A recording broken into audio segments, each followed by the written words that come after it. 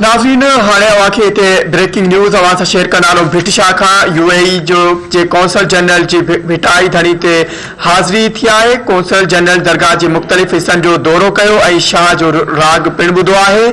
ख़बर जे हवाले सां अवांखे अपडेट कंदा हलूं त बग़ैत एथिक अल रमूथी दरगाह बाबति ॼाण वरिती ऐं भिटाई जे वालिद हबीब शाह जे मज़ार ते पिणु दुआ घुरी आहे। ख़बर जे हवाले सां अवांखे हिकु भेरो ॿीहर अपडेट कंदा हलूं। नाज़रीन इहा अहम ख़बर अवां सां शेयर कंदा हलूं। भिट शाह खां यूएई जे कौंसल जनरल भिटाई धणी ते हाज़िरी भरी आहे।